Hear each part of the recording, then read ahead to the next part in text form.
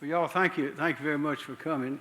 This is another great day for South Carolina. Our own Tim Scott has proven again that South Carolina stands ahead of the pack in innovation and responsibility, new ideas, and common sense approaches. And what he has done is convinced others in Washington to join with him in introducing the Justice Act, which goes a long way to recognizing best practices around the country, many of which we already have here in South Carolina that will be addressed in a moment, and also some things that we have been doing in South Carolina headed towards some of the things mentioned in the Act, and also a lot of things that need to be done in terms of funding and accountability to be sure that the police in South Carolina, the law enforcement establishment, and around the country are the best that they can possibly be. So we're thankful to Senator Scott for his leadership. This is not the first instance, it won't be the last, but we're delighted that he is here to present this to us and also to receive comments from the others that I'll introduce in a moment. Senator? Thank you. Yes. Thank you, Governor. Good afternoon to everyone. Thank you for being here. Without any question, I find myself in a position where I'm once again very proud to be a South Carolinian. Frankly, if you think about where we have been in the criminal justice footprint, you can look at states like South Carolina and Georgia and Texas to see where the criminal justice reform package came from.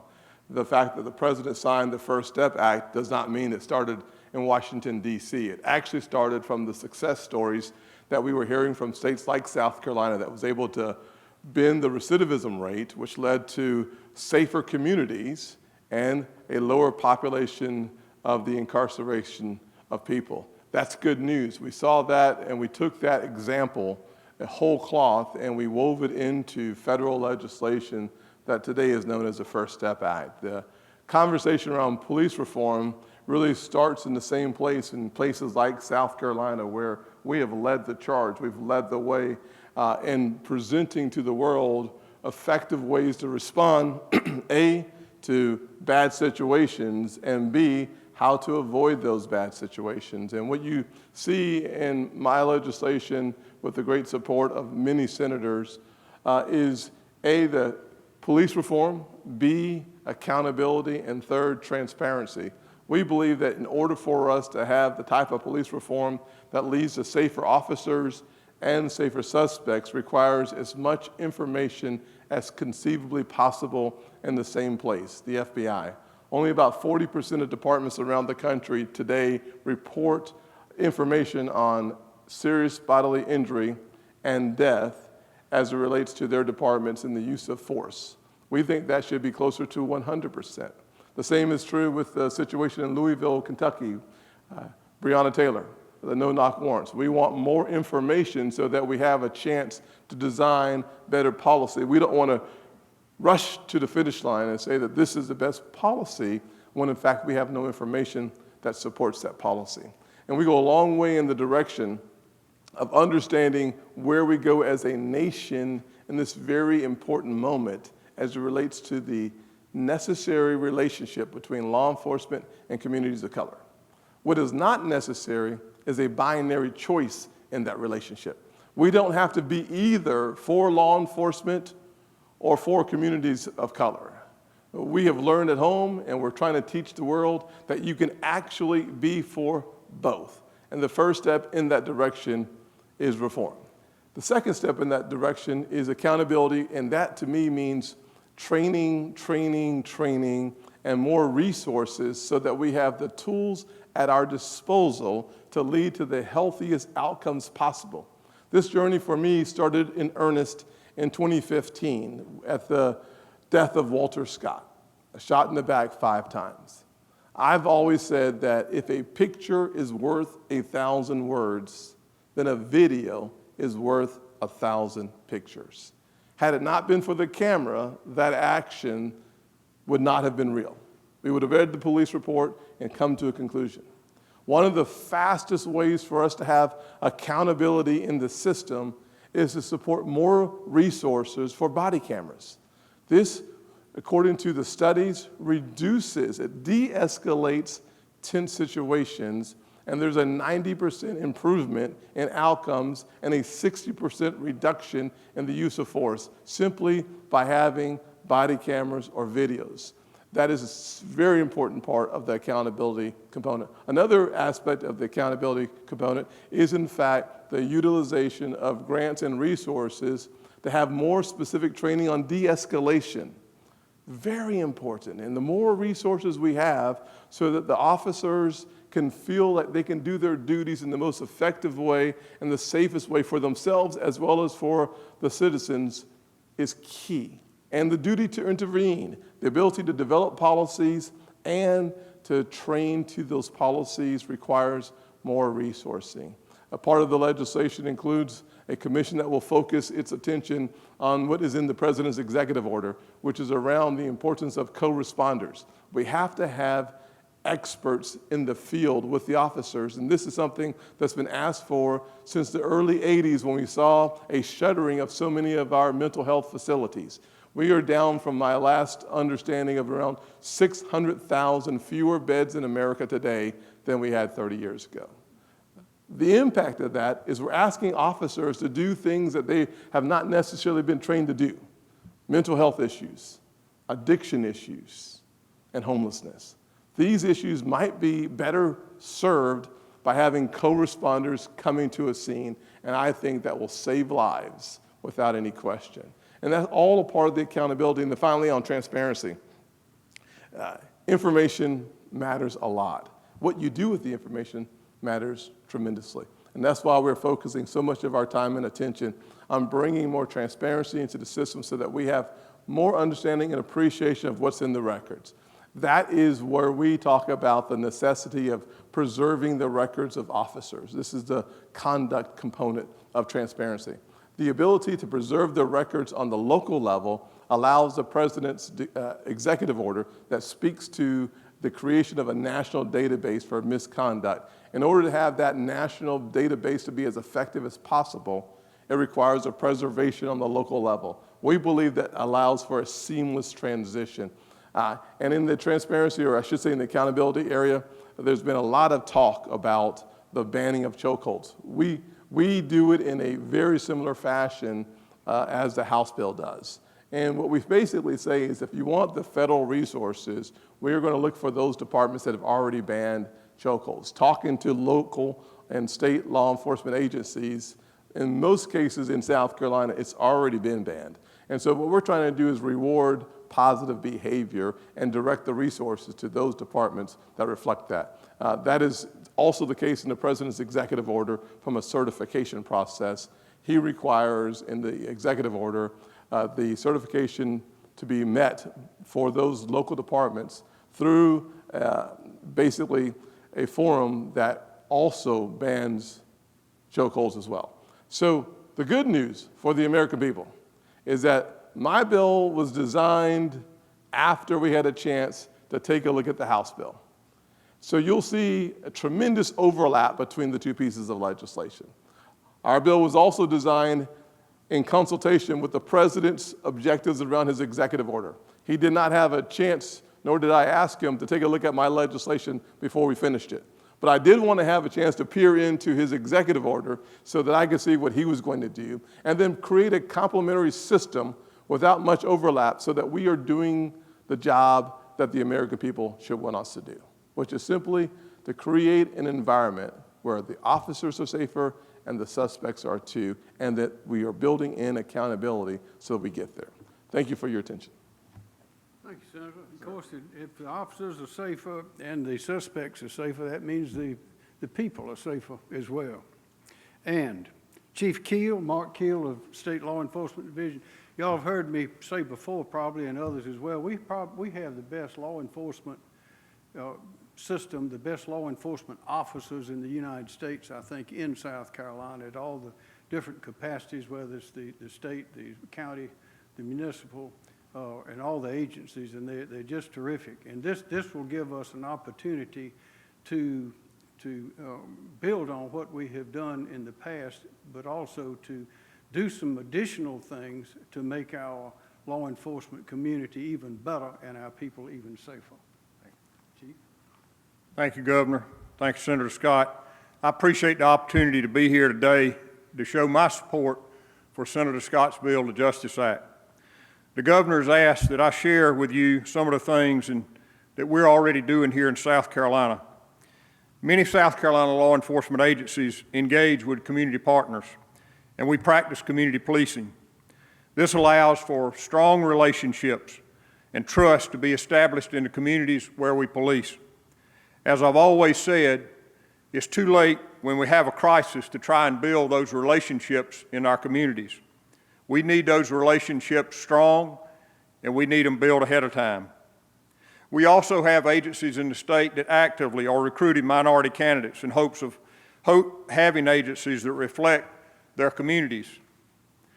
In South Carolina, we mandate psychological testing for all newly hired and certified law enforcement officers. And we also provide post-critical incident seminars and PTSD counseling for law enforcement officers who've been involved in critical incidents through the South Carolina Law Enforcement Assistance Program.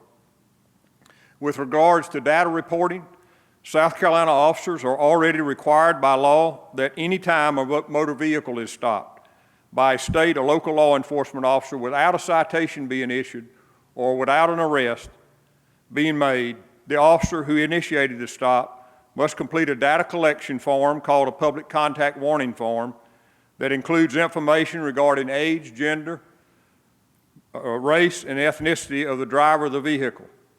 This information must be transmitted to the Department of Public Safety where it maintains a database of this collection of information. Additionally, as has been mentioned, in 2019, approximately 50% of the South Carolina law enforcement agencies voluntarily began submitting information to the National Use of Force Data Collection System established by the FBI at request of major law enforcement organizations. The three types of use of force events where the information is collected are when a fatality to a person occurs connected to the use of force by a law enforcement officer, where there is serious bodily injury to a person connected to the use of force by a law enforcement officer, and in the absence of either death or serious bodily injury, where a firearm is discharged by a law enforcement officer at or in the direction of a person. South Carolina law enforcement officers are required to receive at the minimum 30 hours continuing law enforcement education credits every 3 years, which includes at least 2 hours of legal update annually, 2 hours of domestic violence update annually, and a mental health or addictive disorders update once every 3 years. Finally, South Carolina has a very robust misconduct and decertification process for law enforcement officers. Some of the features of this process are agency heads are required to report acts of misconduct to the Criminal Justice Academy or face civil penalties. Officers may not be employed in a law enforcement role while an allegation is pending. Any revocation or denial of certification is reported to the National Decertification Index, which is administered by the International Association of Directors of Law Enforcement Training and Standards. Anyone having access to the National Decertification Index can conduct background checks of individuals attempting to be a law enforcement officer. It also allows that any finding by a law enforcement agency as to the use of excessive force by a law enforcement officer must also be reported to the Academy by the appropriate law enforcement agency or the department within 30 days of the finding. That information must be maintained by the Academy for investigative and personal hiring purposes. The South Carolina Law Enforcement Training Council meets monthly to vote on misconduct and decertification matters. Finally, I want to mention a couple of items that the Law Enforcement Training Council is already addressing. At our June 15th meeting, as chair of the council, I've asked the Academy staff to begin planning for implementation of mandatory annual training into racial bias, diversity, and de-escalation training as part of the officers' required annual training. The 12-week basic class that officers go through now already includes about 42.5 hours of related training, but this will make it mandatory that it's done annually. I've asked Academy staff to also research what authority the Training Council has to hold agencies accountable for failure to prosecute allegations of misconduct when officers are terminated, which ultimately result in officers retaining their certification and having their misconduct allegations expunged. And last, I've asked the Academy staff to research whether the Law Enforcement Training Council has the authority to require an officer who has had an excessive use of force allegation filed with the Academy and is still employed by an agency to have another psychological evaluation prior to returning to duty. I think, as I've stated, that you can see that South Carolina law enforcement has already taken steps to hold its officers accountable. And Senator Scott's Justice Act will just strengthen that effort. Thank you. Thank you, Chief. Chief Burgess.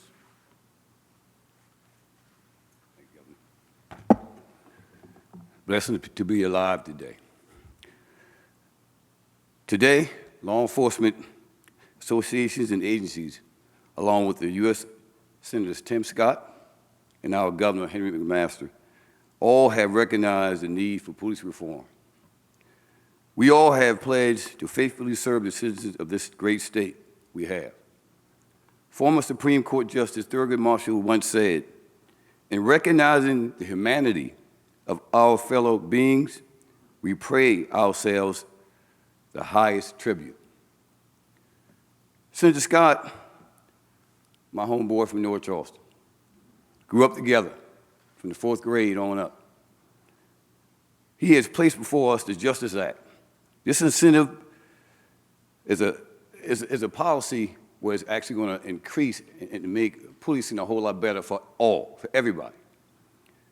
Fellow law enforcement leaders, my counterparts and I, Chief Keel, Sheriff Cannon, the Director of DPS, the Colonel, we all are asking all of our leaders out there to provide leadership, guidance, and direction for all law enforcement personnel. Just as we have stated in our oath of office, this nation is our nation. We, as a community in policing, we have to come together. We can't do it without the community can't do it without us. But we have to make sure at all times that we are serving the community as our #1 customers. We are trying to do that. These men here are putting everything out front. They're not waiting around. They have started the ball rolling. When I swore my oath in 1989, I raised my hand and I said this: I recognize my badge as a symbol of public trust, and I shall strive to justify that trust. And I've been trying to do that almost for 31 years.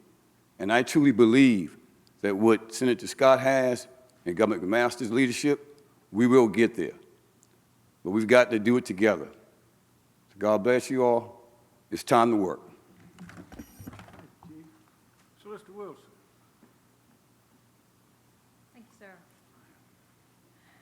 It really is great to be in South Carolina. I tell you, we have made so many strides already. Yes, we have a ways to go, but with the leadership that we have in place now, having Senator Scott, who recognizes that this is not a political issue, it couldn't be further from a political issue, who's willing to work with any party or no party to get these things done. We are very grateful for that and very grateful for his understanding of that. To have Governor McMaster, who has served as United States Attorney, who has served as Attorney General, and who knows what it takes to make a case, who knows what it's like to work with law enforcement, to lead the way in South Carolina, to make the changes we need.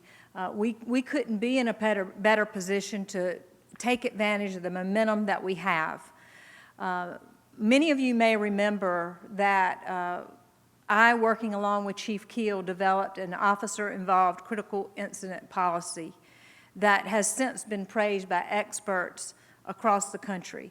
I've received emails and phone calls asking for our example of what we came up with together to see that these types of incidents, when things don't go as planned. When someone is hurt or someone is killed, that we have a plan in place so that we are more accountable, more transparent, and that the community understands what to expect from us in our investigation. We did that, not because it was required by statute, but because it was the right thing to do, and it was a way to move our circuit forward. Things like that. We are so fortunate, too. Chief Burgess, I don't know that he has gotten the credit he deserves for the race equity training that he has done with the North Charleston Police Department. The training is very expensive. It's very intense. It is not just you go and listen to a couple of lectures and fill out a multiple choice quiz at the end. It's 2 days of intense, awkward, uncomfortable conversation that he has been willing to put his department through, and I know good and well without the support of the mayor, he couldn't do it. And the reason I know that he's done it is because I too have done it. And I sat in a room with some of his officers and many members of the community, and it's rough.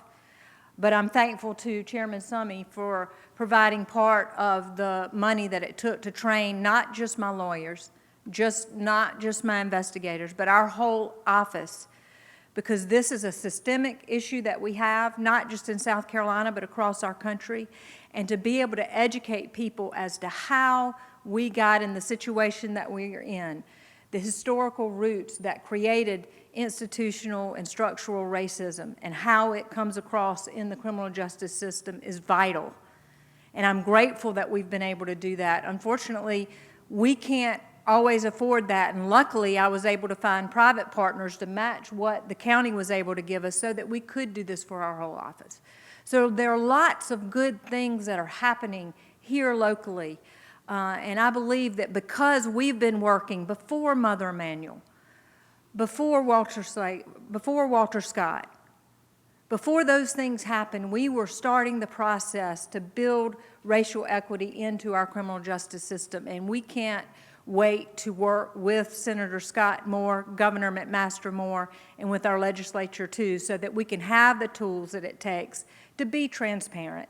You've heard about my race equity study that we're doing within our prosecution team, where we're entering data that's never been done before in South Carolina, and in most places across the country is not done, so that we can study the data. It's not just enough to collect these things, but to have the tools for analysis, which is why I've partnered with private firms who are willing to invest in our future and in our more equitable criminal justice system, so that we can see and recognize if we have implicit bias, how we get out of that, and how we make things better, and how we can let the community know that they can trust us and that we are a better, fairer, more equitable criminal justice system. We are going to take advantage of this momentum. We are going to take advantage of having the community focused and behind us. So I appreciate you being here, and I appreciate so many of you masking up for the occasion. Thank you. Sheriff Al Cannon. Thank you, Governor and Senator Scott. I appreciate the opportunity to make a couple points here as I think the last speaker. First and foremost, I would remind you that every time something happens of this sort, training is implicated as a factor that must be addressed. Yet this state and the General Assembly has continuously underfunded the South Carolina criminal justice system, and that needs to stop. 60% of the Academy's budget comes from traffic tickets. So you're paying policemen to write tickets to fund a criminal justice academy. That's unacceptable. I've made that point in Columbia, and they do nothing. If nothing else comes out of this, and we don't adequately fund the academy, we're going to continue having problems because they're barely able to complete the basic recruit training that is required by law. We've all suffered as a result of that. There have been recommendations made for regional academies. But until we get a properly funded academy to determine what is the best way to train police officers new and ongoing, we're going to continue to have problems because, as I said, training is implicated every time something bad happens. It's time for the General Assembly to do something about it. The governor, we have a great governor in that regard, and he's supportive of that.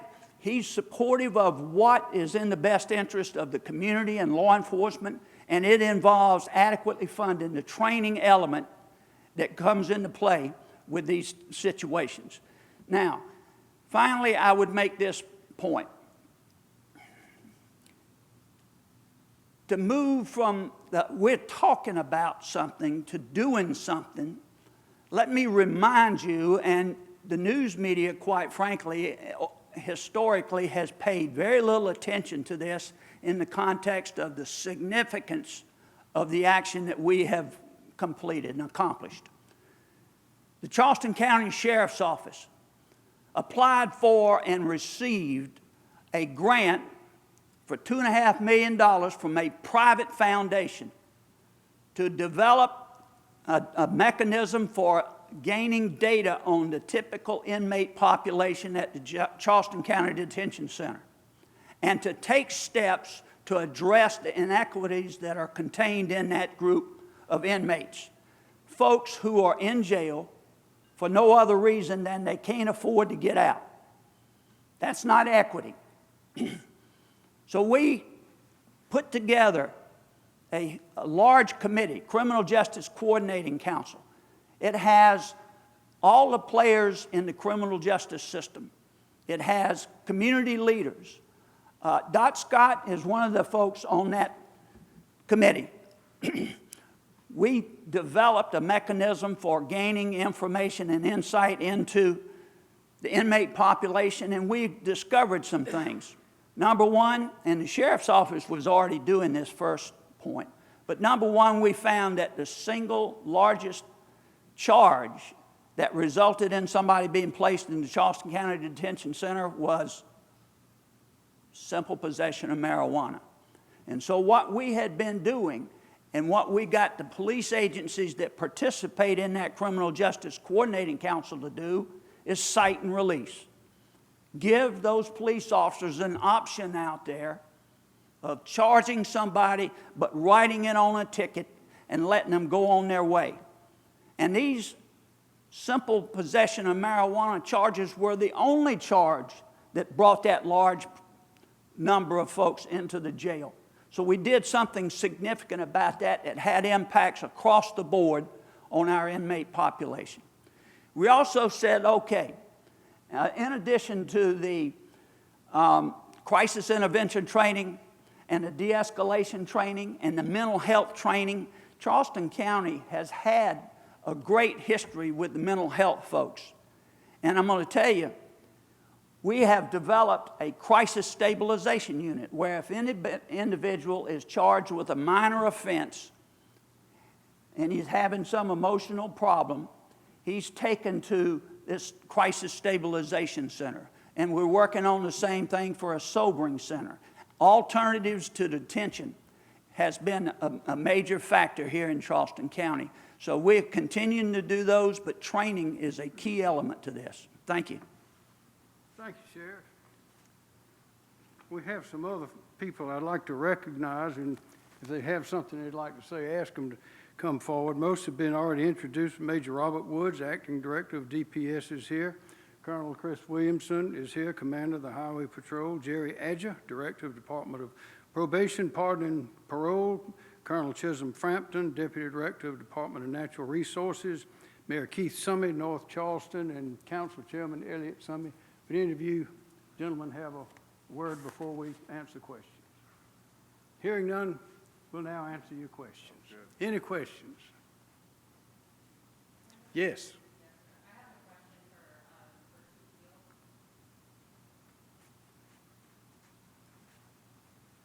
Yes, ma'am.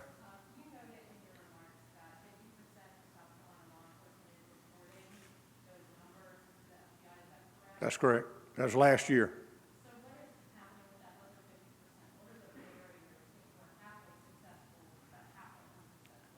One thing I'd tell you, it is a voluntary system right now, so agencies can voluntarily report or not. The other thing is, we have 118 agencies in South Carolina that are less than 10-person departments. And so sometimes it comes to keeping up with paperwork. They have to report monthly. And so I would just say that what I have done is in the chief's meetings, the sheriff's meetings, we try to encourage them to report, provide that information. And so, again, we'll continue to do that and try to get more people on board with reporting. More questions? Yes, sir. I have one question.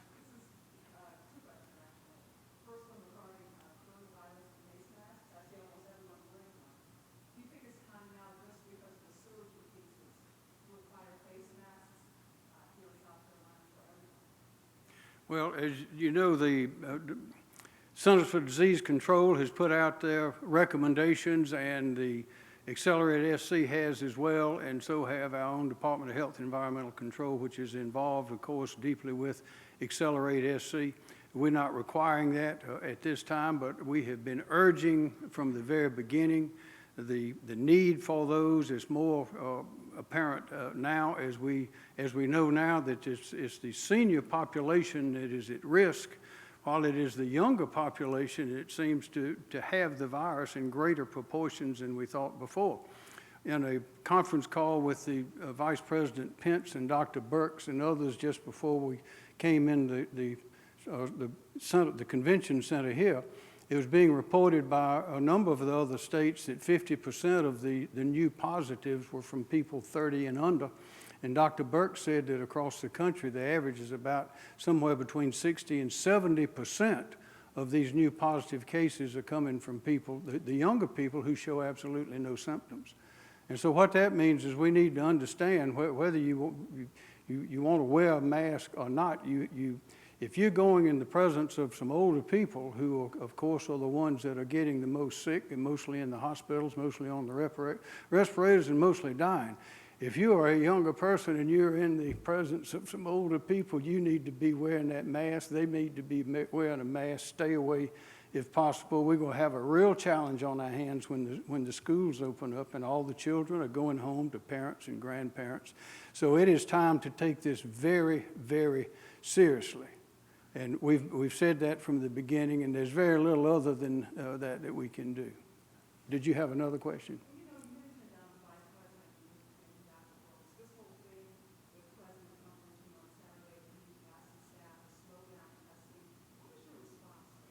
They were discussing that. I'm not sure what exactly they meant by that, but of course they're not doing that. He did not instruct them to do that.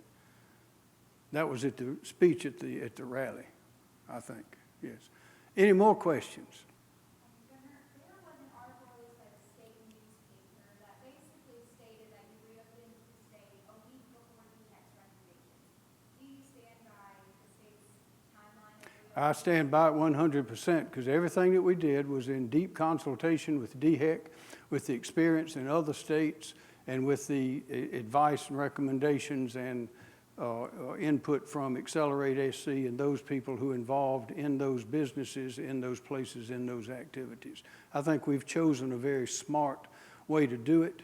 As I say, we use the old carpenter's rule, which is measure twice and cut once. Everything we did was very deliberate. But again, at this phase now, there are constitutional limitations on what you can make people do and what you cannot make them do. Very serious U.S. constitutional limitations. And also there's the practical matter. We've got to get back to work. We can't stay shut down forever. And if you look at those states, some that have been shut down, they've shut everything down across the board and are just starting to open them up. We're doing a lot better than most of those other states. So I think we've taken the right course. But right now, we have to realize that there are a lot of people, particularly the younger people, that may have that virus and don't know it, don't feel it. It would be shocked to learn that they have it, but they can spread it just as quickly as anybody else. And so now is the time to understand that we're in danger. Things are opening up. They must open up. Schools will be coming in. They have to come back in. But particularly the older people, 60, 65, 70 and on up, we have to be very, very careful the way we react, we interact and communicate with those people. More questions? Yes, sir. So Sheriff Gannon mentioned funding for training and the need for more funding. We've seen protesters across the country calling to defund police departments. So what's your take on that? Well, defunding the police department is not a good idea, because if you've ever needed to call the police, you're mighty happy when you can get them and get them there to take care of the situation. Now, that's going in the wrong direction. The right approach is the one that's been espoused by these here today, as well as Senator Scott, and he's put it in his bill. And that is education funding of that police. We have a grand South Carolina law enforcement academy, but it is underfunded. As usual, training and education is the answer to so many things, including in law enforcement. Fortunately, we have great law enforcement officers. We have people that are willing to do it. No matter they called upon to be mental health counselors, domestic advisors, child advisors, as well as law officers, and we probably don't pay them near enough for all what they do. But we are in South Carolina, we have done extremely well, but we can even do better. And I think through Senator Scott and through the leadership you see in this room and a lot not in this room, I think we can be a great example for other parts of the country. Yeah, that's accurate. In the bill, we provide more resources, frankly, for training and for data collection, because as Director Keel said, there are so many departments, 118, fewer than 10. It's kind of difficult for those folks to be able to do all that they do with the current budget. So I think it's important for us not to talk about defunding the police. We should be talking about increasing funding and, frankly, encouraging the outcomes that we know that are in everyone's best interest. And you do that through resourcing it.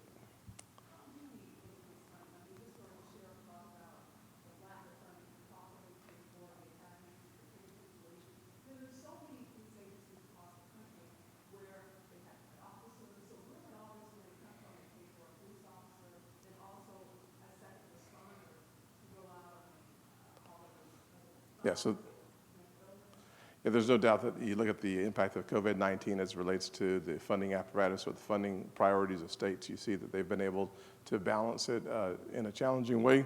In the coronavirus package, there's obviously $139 billion that went to states, and creating more flexibility on how they use those resources to keep their first responders intact, and including making sure that we pay those folks in overtime if necessary, is a part of the coronavirus package. So if you're talking about that aspect, that's part of what we funded. A second part of it is in our legislation, there's probably $2.6 billion for additional resources so that we can target and then tackle some of the issues around training and outcomes that we believe are in fact in the best interests of the country. So we do provide more resources.